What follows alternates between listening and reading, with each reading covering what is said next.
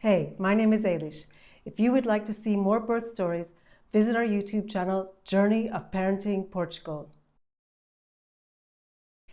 So, to share my birth story, I want to start actually a little bit before the birth because it's really when we create something, it's more than just the moment of creating or the few hours that are in the creation, but it's a story much more before and for sure after.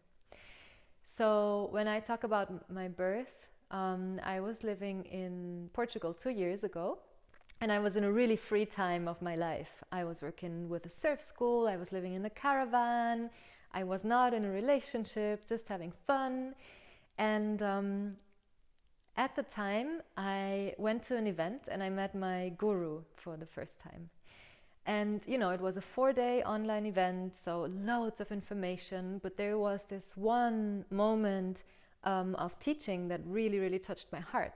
And that was when the guru was talking about, it's a woman, and she was talking about how, as souls, we decide to come to the planet and how we ask our mama and our papa if they will be our mama and our papa, and how that goes about. And it really touched my heart and it really drew in my attention and awareness. So I was really excited about that. And obviously that stayed with me, but I didn't talk about it much because at the time, still 2 years ago, I felt like from my previous life, spirituality doesn't really have a place in our daily.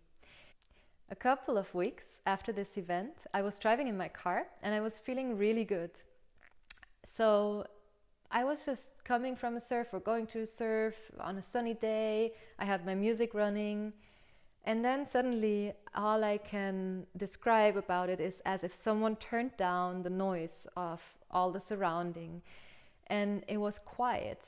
And I heard a voiceless voice in my head or somewhere saying and asking me, are you willing to enable a soul to come to this planet? And I knew this was connected to the teachings I had received. And I was really touched. But at the same time, my mind came in and it was like, wait, I'm so free. I'm not making a lot of money. I'm living in a caravan. How am I supposed to, host a baby? But then it said, stop. Imagine everything will be just as you imagine it in your wildest dreams. Are you willing to enable a soul to come to this planet? And I was like, yes. And the feeling I felt in this moment, it's hard to describe, but it was really like just pouring out through smiles and from my heart. I was so excited. And I knew I had connected to a soul to come. And at the time, I was going to get a puppy. And then when, in Portugal, many things happen through circumstances and a flow of things. And then I was with this puppy and I looked him in the eyes for the first time and I felt again so good and really touched from the heart and similar to this moment in time. So I thought, oh, was it a puppy that I'm going to receive? But I quickly understood probably not, but at the same time he was with me and he really initiated me, I would say, into motherhood. He really initiated me into what it means to care for another being. So he was with me. Again, I was living in Portugal at the time, really enjoying the country. I was not so much connected to any systems here. And then I went back to Germany because I wanted to focus on a project and I was going to travel to the US for numerous events. And so I thought that would be easier from Germany. And then I traveled to the US. And that's where I met the man who would then become later the father of my son now, Shaya. And this man's name is Sekou. And I met him in Puerto Rico for the first time. And it took some more months till we connected more intimately. And he really, really, really wanted children. So he was really looking for a woman and to have children. I knew this, but I was like, it's not the time for me. Right now, I feel I have so many other things ahead that I want to do first.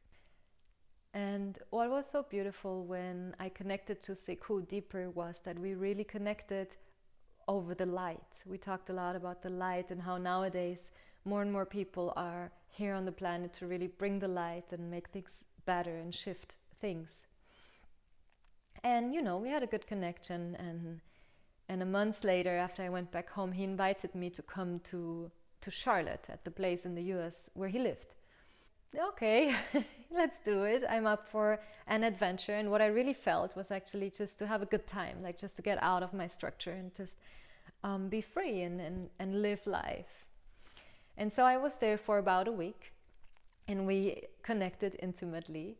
And it was really the first time where we connected intimately. And when I flew back to Germany, not knowing at the time, I was pregnant. So I conceived a baby at the time. And so when I found out 4 weeks later, it was this exact feeling that I felt in the car 2 years ago, of just pure joy. And I really stepped into motherhood. I knew that the mother, or the woman I've been for 30 years prior, I was happily letting go of her, because I knew now I'm stepping into mother and a totally different life. And once a mother, always a mother, right? It won't ever change again.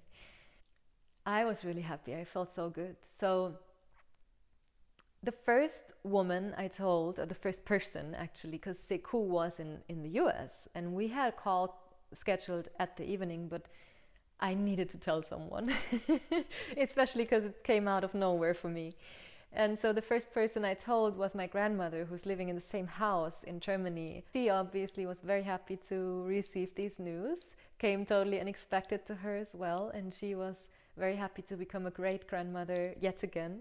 So one of the first thoughts I actually had when I knew I was pregnant was that, oh, I want to be back in Portugal.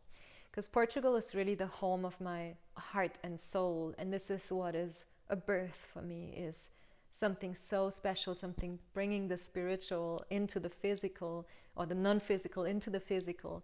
And I wanted to be somewhere where I really feel comfortable. So I think comfort was actually one of those very important things that I did not compromise on when it comes to my pregnancy and also the birth itself.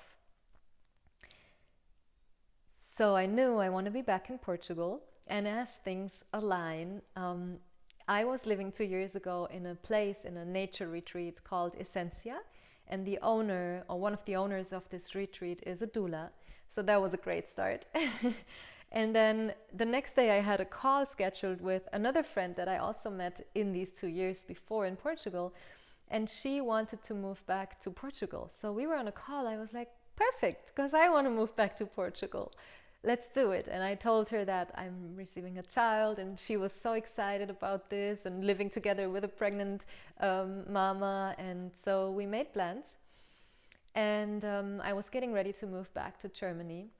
And at the time I was kind of isolated in Germany. I didn't have, none of my friends had children, and I just didn't have those connections. So I contacted a friend on Instagram that I knew she had a baby, whom I also met in this nature retreat 2 years ago.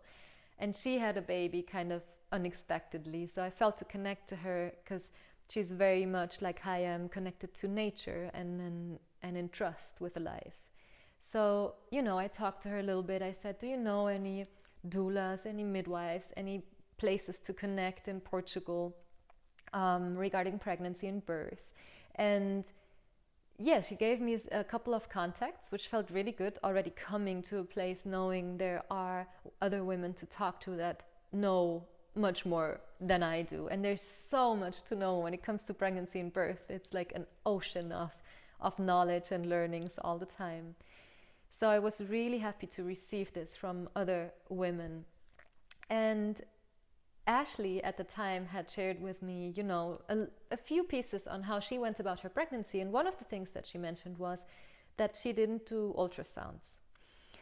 And that really hit me. Like, I was like, wow, that's a possibility. It kind of like fell off. I was like, I don't have to do ultrasounds, right? It was really indoctrinated into me that I thought I would have to do an ultrasound.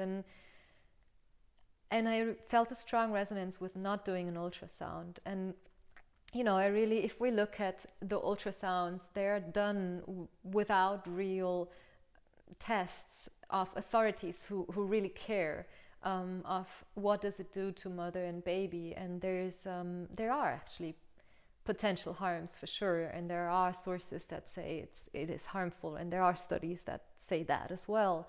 So I didn't want to do an ultrasound. I felt so much in alignment with that. And then I was like, wow, I'm going to face a lot of resistance regarding this topic, because it's everywhere. It's like, okay, you're pregnant, you have to do an ultrasound. Like, the first person, again, I talked to about this, other than Siku, was my grandmother. And I prepared myself, for her resistance of like, no, you have to do an ultrasound. We need to know that the baby is fine and all of this. And I'm standing there and I'm like, Granny, I don't think I'm going to do an ultrasound, and if I don't feel to do it. And she's like, yeah, I didn't do an ultrasound when I was pregnant with your dad or your aunt. And I was like, wow. And she said there were no ultrasounds at the time. And so there's a woman standing in front of me, still living, like we're in the same reality of living, that she didn't even have the option at the time to do an ultrasound. And then a couple of years or decades later, everyone thinks it's a necessary component of being pregnant, to have to do ultrasounds. And it's really the question of like, is it really necessary? And I'm so happy I didn't. I always went in trust when there were any topics coming up. Like, there's so many things that potentially can come up, and it's true. But I always prayed, and I said, if my baby is going through this right now, or my body, then I prayed for the light to come in, for the healing to come in, and really worked with these energies rather than taking medicine, which is something I do not resonate with. I'm happy for hospitals, for emergencies, because there are many situations where it's about life or death. So I'm really happy for the doctors, grateful for the system that it is in place. But it's just very often things are given to us or done to us quicker as they should, or they are necessary, and they carry harms down the road. And then especially when it comes to pregnancy, which is such a sacred, holy rite of passage and a beautiful journey, it feels so misplaced to do these procedures that are very rough to the mother or the baby. And so, this little decision really changed the course of my whole pregnancy, because I didn't have those voices of doctors of like, oh, you need to do this and you have to do this, and I didn't have those voices. So I was able to feel more on what do I want, what is it that my body needs, what does baby want me to do, and then how do I nourish myself in this pregnancy, which I did obviously a lot. It's not that because I didn't do ultrasounds I just didn't care, right? There's a lot to do and to look at when it comes to nutrients and breathing and yoga and those practices. So I moved back to Portugal, and I did not go down to Algarve straight away. I went to Ericeira, where I lived with my friend, and straight away, connected to doulas, to yoga teachers, or a yoga teacher who did prenatal yoga, who was pregnant herself at the time, which was very beautiful. I was part of a yoga retreat, prenatal yoga retreat, and again, so nourishing to connect to other mothers who are going through the same. And also to really create this open space of all of our ideas and journeys, and to come together and learn from each other. And then there were doulas present who shared all their knowledge. And that's also where I met my doula, Sarah Dovale from Lisbon. And this felt so good to me. There were a couple of options that Siku and I looked at for the birth. And one of them was for us to do it by ourselves, which I didn't feel so much, because I was like, if we have a doula there or a midwife, they have so much knowledge that they can potentially give to us. But if we don't want, we can just send her outside and do our thing. And then that felt much safer to me than just doing it by ourselves. Another option for me was also potentially to do it only with women, because that's how it used to happen back in the days. And it feels like a very feminine act to, have a lot of women around me. Yeah, or having doulas there and midwives, etc. So we were kind of open. What I knew is that I do not want to go to the hospital for sure. So I was going for a home birth. a water birth. I love water. The element of water is very soothing, and baby is in water the whole time in the pregnancy, so it felt very natural for baby to arrive in water. And for me, it was a big game changer in the birth to have this soothing effect for sure in the water. And so we were looking at these different options. I met my doula in the retreat, which was amazing. I was doing prenatal yoga classes, I was doing massages, I was doing pelvic floor massages, and I recommend all of it to prepare the body, the mind, to create this trust in my own body that was really necessary for me. And one thing that happened to me was from two of the mothers that I met on the way was this strong voice of like, I do not want a midwife at my birth. I only want a doula, or I want to do it by myself with my partner, because the midwives are inclined to very quickly, if anything goes wrong, to just take you and push you to go to the hospital because of various responsibilities that they have if they risk something, and they can then be, by the law, responsible for potential harms to the baby or the mother. And I didn't look at all these details, but it's something to for sure consider and probably talk to with your midwife. But for me at the time, I wasn't like, okay, I really want a midwife. And then I heard these two opinions, and I am inclined to kind of go against or away from the medical system. So I was like, yeah, that's a pretty valid viewpoint. So I do not want a midwife. I'm just going to go for a doula. So that decision was taken on that foundation. Yeah, over time it became clear that I was going to give birth in Algarve, which was a beautiful thing. When I talked to my friend Simona, who is again a doula who owns this nature retreat, and I've been wanting to come down to visit her and to just show her that I'm pregnant and not to tell her on the phone, but we didn't make it work. So at some point, I just had like maybe 4 months left, or 4.5. So I was like, I'm gonna have to tell her now on the phone. So I told her, and she was very happy, of course. And I was like, I don't know really yet where I'm going to give birth. And we had this hour of phone call where things aligned. And turns out she already had 3 births planned in this season from March to beginning of June that were going to happen on the land. And so I was like, okay, wow, like I want to be in, I'm going to come down. And a few things had to align of where I was going to live and where Siku would be living together when he comes for the birth. And they did. So beginning of March, I moved down here. And my due date was beginning of June, which we know because we only had this 1 week window of where I was able to conceive Shaya. So we counted the 40 weeks plus the 2 weeks prior. And we had this 1 week window that was in the beginning of June where Shaya was supposed to come, which I didn't know it was a boy or a girl. And I had a feeling it was going to happen a little bit earlier. It's my birthday end of May, and I kind of felt maybe it's going to happen with my birthday.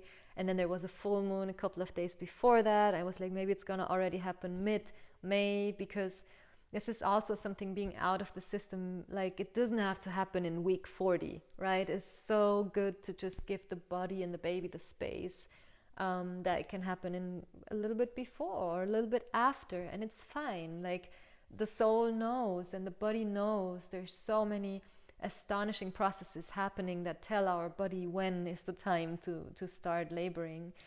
Yeah, so we had this 1 week window, and we started to prepare. I came down here. I moved into the birthing yurt and, prepared to have a pool, which was easy because there were other pregnant mothers around. So we just shared everything, and we met and shared all the experiences and did some practices together. And I was kind of part also of one of the births that happened around, which was very beautiful, especially giving birth myself soon. And so life went. And again, beginning of June was the due date. We felt like we still have a lot of time, but Shaya had different plans. And so in April, 25th of April, I woke up in the night, so the 26th actually. And I woke up with the idea of like, oh, I'm peeing myself. I was like, why am I peeing myself? I'm pregnant, but my urine, like, it's usually intact.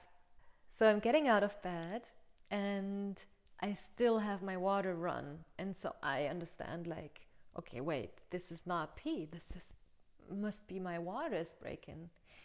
And I had this thing that I really wanted to catch some of my water, because Simona had shared with me back in the days, there were women around the pregnant mother, or the mother going into labor, to actually catch some of the precious water, as it carries a lot of nutrients, and it's really what helps keep baby alive in this very precious time of arriving on the planet. And so I really wanted to catch this water, and Siku, he was like, as if you're gonna think about that in the moment, but I did, and there was a jar, and I was like catching some of that water, and it felt great. And I even tasted it later on, and Simona shared with me it's great actually for the mother to drink it, because with all the nutrients during labor, which is such an intense act physically, it actually helps the body to regain nutrients. And so, yeah, wow, like 5 weeks before our expected due date, my waters broke. And so I was like, that means that baby's gonna come. Like, I didn't know, I actually Googled, but I was like, I don't think it's possible that the waters break and baby comes, I don't know, 2 weeks later. No, I Googled, I was like, no, it's not possible. And I called my doula, and when I called my doula, it was 2:22 in the night, and that really gave me reassurance of alignment, of trust that things are gonna be fine. And she was in a birth, actually. She was about to go to mother in labor, and so she was like, I'm sorry, like, I would love to be there. She was really in a process herself, because she was looking forward and of course holding the space for me all these months, and then she couldn't be there. And so I was like, okay, wow, not only is it happening early, but also now the doula is not there.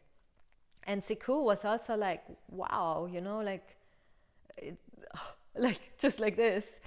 And I was like, okay, go and put up the pool, Luckily we had the pool there, because we don't know how fast it's gonna go. We don't know what's gonna happen. I didn't have any contractions yet. I felt maybe some like movements, but very, very light. And so we woke up Antoine and Simona, and they came over, and we said a prayer, all of us together. And yeah, like, Simona told me, go back to sleep for now, get some rest, which was very great. I couldn't really sleep, but I laid down and I rested. There were some things I had to take care of, like there was a call the next day, so I wrote my friends, like, I'm laboring, I'm not going to be able to meet you on Zoom tomorrow. It was really weird. Like, I actually had to take out my laptop and look at a few things, because yeah, it came so unexpected. And Siku and I, we also wanted to go into this bubble straight after the birth, without phone, without laptop, just to be there with the baby and experience this precious time very consciously. So I was like, okay, let me just take care of a few things. And then I went back and laid down, and then in the morning the waves became more, and it kind of brought me out of bed, and I got ready, and I had my ball around, which was great. And I kind of knew it was going to happen at home, but I also didn't want to be irresponsible. And so it was kind of this in-between space, and I didn't fully let go yet. And of course there was like the idea of, are we going to go to the hospital? And now, like, which hospital are we going to go to? Is it going to be a private one? Is it going to be a public one? How does that everything work? And then Simona came over back and helped prepare, and she was like, she said, I don't want to be responsible as a doula because it's quite early. And again, there's the amazing processes of baby's lungs letting the mother know that she's ready to come. But at the same time, Simona said the lungs are the organ that forms like just in the last weeks. So he might not be ready to breathe. He might be very tiny and need like special care. And So there was this question all the time, and then what happened, which was very interesting to see, is that she suggested to get a midwife. And so luckily, because she was the doula for another birth happening on the land, she knew a midwife that was going to be there. And so this midwife knew Simona and the land. And then she called her and she was like, let's see. And she called her, must have been around 9 when she reached her.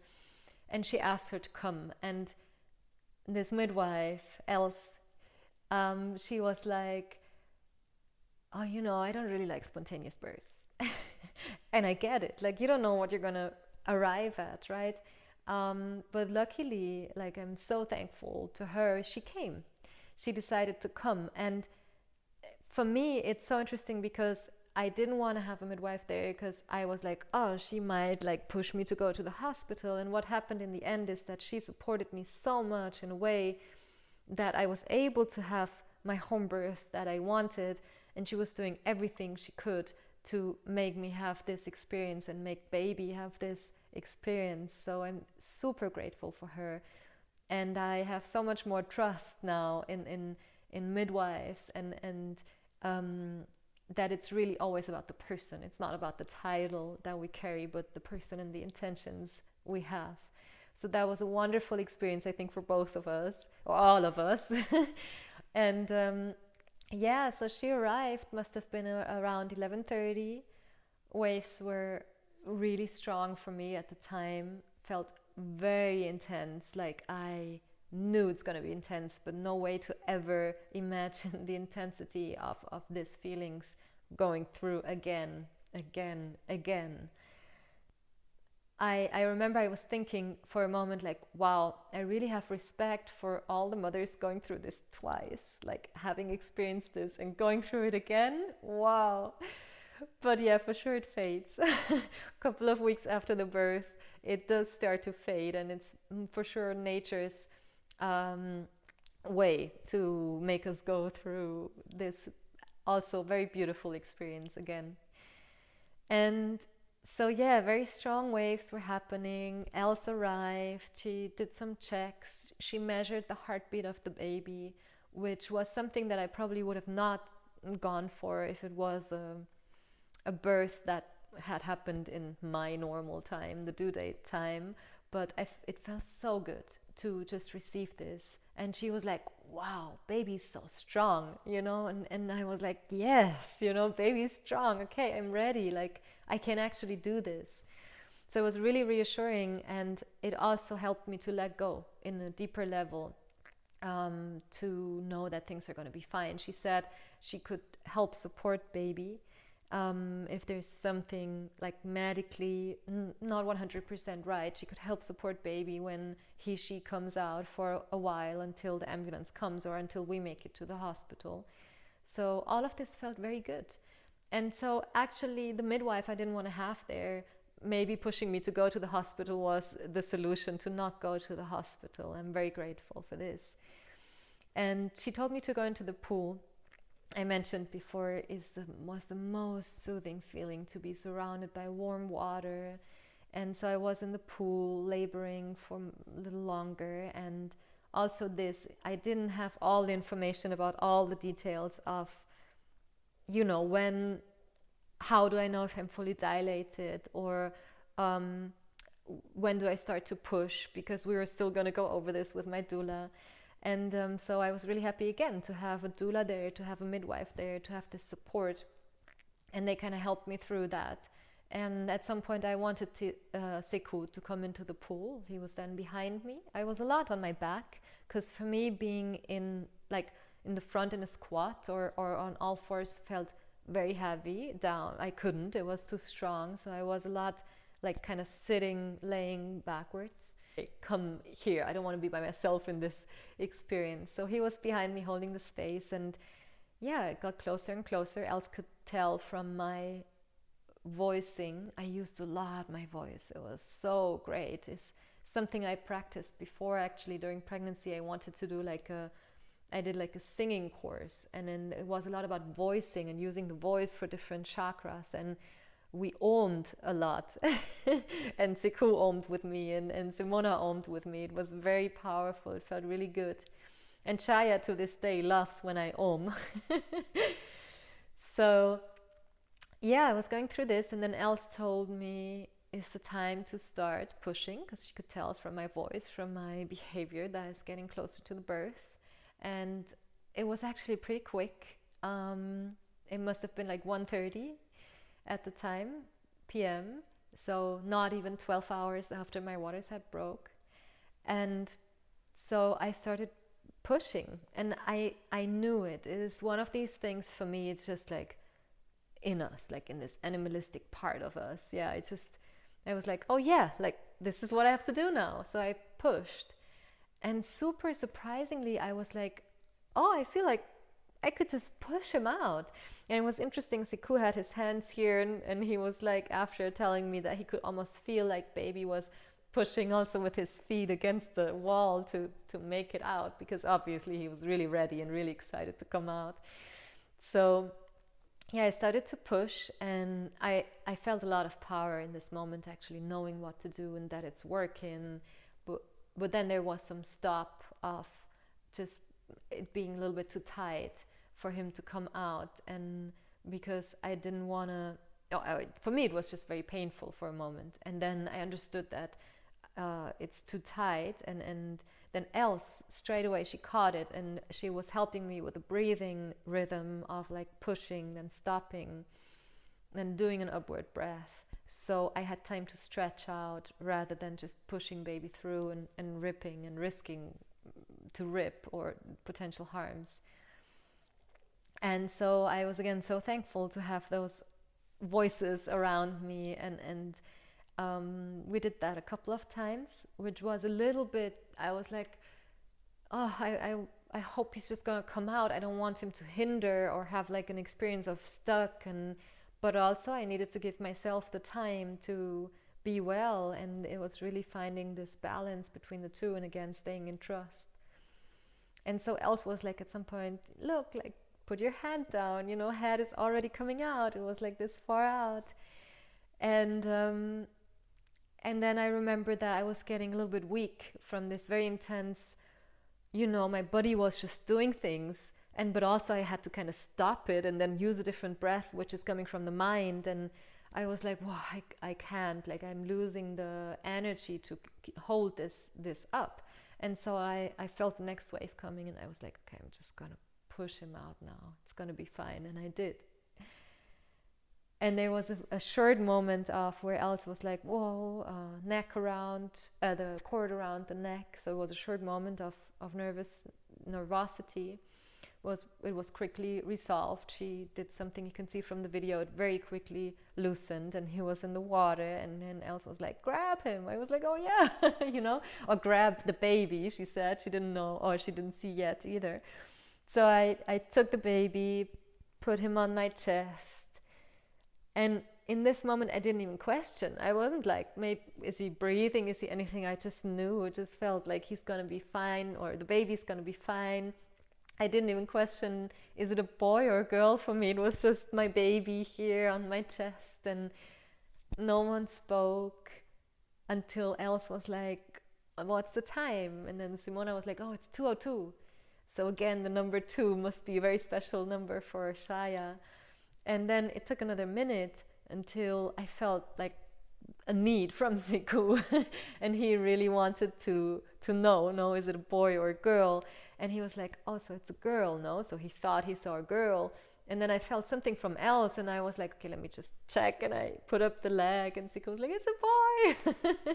And so we had this wonderfully healthy baby boy born 5 weeks early in his perfect divine timing, coming to us. Very thankful for all the help that was there and how the things went. And as much as I knew, and I was thankful for having the opportunity to maybe have to go to a hospital or to emergency, I am so happy that I stayed in this trust, and that we all trusted, and that the help that was needed came, and we were able to have this wonderful entry for a baby, where he was treated very softly, very welcoming, yeah, soft. I think really this softness surrounding this very soft being that is just starting, and it's really the first moments into a being's life that we have the power to shape, because the being doesn't have any stop, I wanted this or that, and it's us to decide in these moments. And they're so tiny and so soft, and it felt so good to me to just provide him with love and care and warmth. And I'm so grateful that it happened this way, and that I got to birth in Portugal, which again is home of my heart and soul. And all the mothers and all the women that encouraged, empowered me, that hopefully now I can do the same for other mothers and mothers to be, and other maidens, really, it doesn't matter. And one thing I want to share at the end is that during my pregnancy in December, I was at an event with my guru also, and I asked her a question, because I was obviously pregnant and I had this experience 2 years before that was so profound for me, regarding the soul coming to the planet. And so I wanted to know more, and I asked her a question. And I have this on video, and I didn't look at it anymore, but I had it. And then a few weeks after the birth, I felt to look at this video again. And so I'm looking at this video where I'm asking this question, and she's giving me an answer regarding different aspects of spirituality and regarding the birth, or really like becoming human. And I noticed that at some point she says like, oh, and to us, there are no premature births, because the soul knows when it's ready. And I had not heard this before, and I was like, wow, yes, it's exactly what was my experience of Shaya coming here. Please like, subscribe, and share so these videos reach more women.